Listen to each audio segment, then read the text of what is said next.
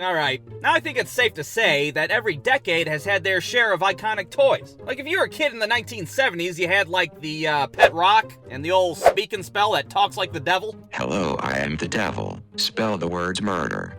Wait a minute, what? I command you to kill the family dog. And if you were a kid in the 1930s, all you had was like a hoop on a stick.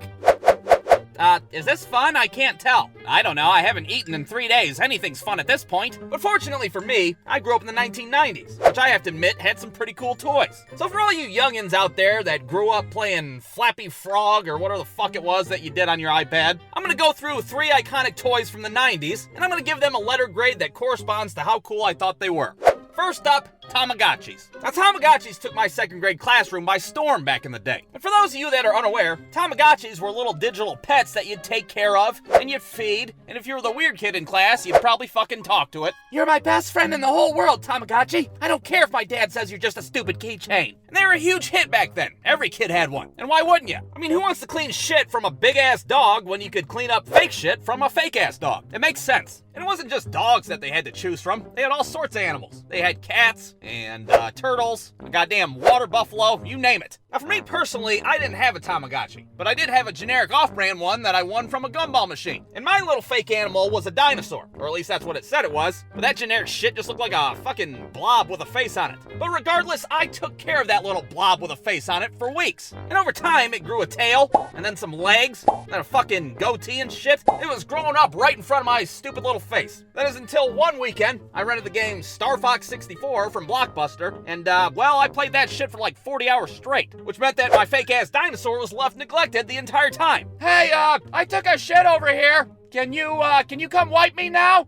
Anybody? No? Okay then. And it didn't dawn on me until I showed up to school the following Monday and seen all my classmates with their Tamagotchis. Dude, check it out, my water buffalo grew a mustache. What's your dinosaur look like now? My what? Oh, shit. Whoopsie. Sure as hell I got home that day. My fucking Tamagotchi looked like a crime scene in an episode of Law & Order. It's face down, dead as hell, surrounded by piles of its own shit. And that was pretty much the end of it. So I guess we'll give Tamagotchis a B, and we'll give it an A+ for the emotional trauma that it caused an entire generation of children. Next up, the Bop It. Now, the Bop It was a fun game. It was basically an electronic version of Simon Says. The game tells you what to do, and then you do it. Bop it. Okay. And you just keep going until your stupid little fourth grader brain gets overloaded and you screw up. Game over. You lose. Now, the only problem that I had with the Bop It was, well, I don't really know how else to say this, but, well, the thing looked like a fucking sex toy, didn't it? I can't be the only one that thought that, right? Hell, the first time my next-door neighbor Michael got one, we didn't know what the hell to make of the thing. I don't get it. Do I play with this thing, or do I just shove it up my asshole? Whoa, what the hell? Where'd you kids get that thing? God damn it, what did I tell you about messing around in your mother's dresser drawer? Get over here, you're gonna get 10 across the ass. Regardless, I still think the Bop It was a cool toy, even if it had some sexual overtones. Bop it. Pull it. Suck it. Wait, what?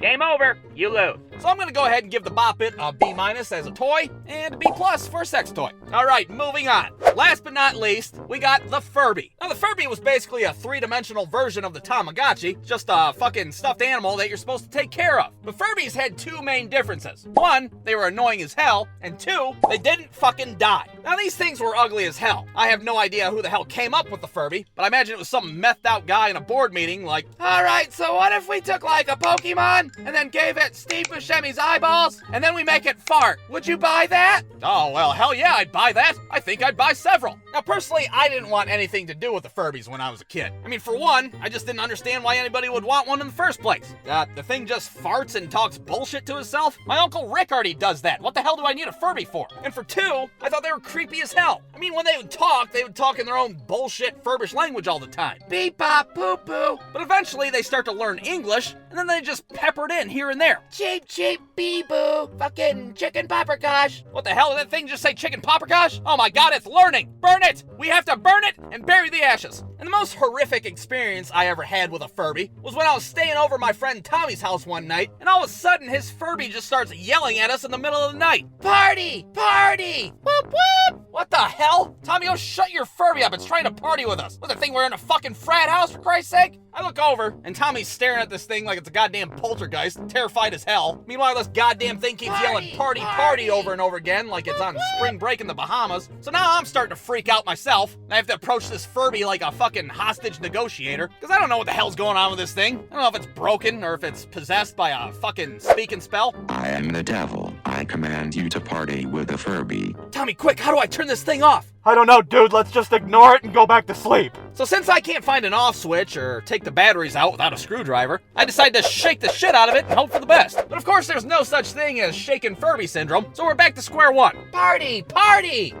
So now in a panic, I huck this goddamn thing into Tommy's closet, and for the rest of the night, we listen to this fucking Furby babble on and on and on. Party, party, whoop whoop, chicken paprika. Now what that Furby was doing in Tommy's closet, I have no idea. But I imagine it was partying all night long, doing shots of tequila with a G.I. Joe and a fucking Etch-a-Sketch. So I think it's safe to say that we're gonna have to give the old Furby a big fat F. Actually, let's give it 2 Fs, and those can stand for fuck Furbies. How about that? The end. Brewstew.com